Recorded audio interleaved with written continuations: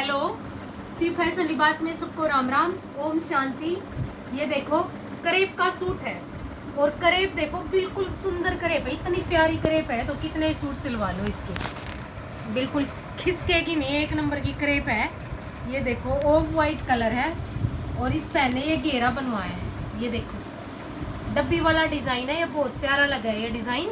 ये देखो ये इसके घेरे का काम रहेगा, रॉयल ब्लू इसने कलर लगवाया है और ये इसके पोंचे का काम रहेगा, इसमें पोंचे और ये घेरा और ये इसकी बाजू रहेगी। ये देखो ये इसकी बाजू का काम रहेगा।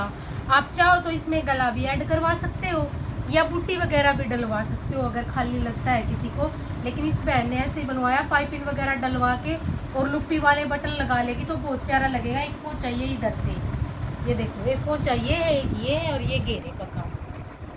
चैनल को सब्सक्राइब जरूर करना जी। एक सूट और दिखाते हैं आपको, देखो सिंधी का है, बहुत प्यारा सा और मेहंदी शेड है, ये मेहंदी कलर है और कैमरिक का कपड़ा है। कैमरिक बहुत अच्छी कैमरिक है, ये नहीं है कि बिल्कुल धोने से खराब हो जाएगी।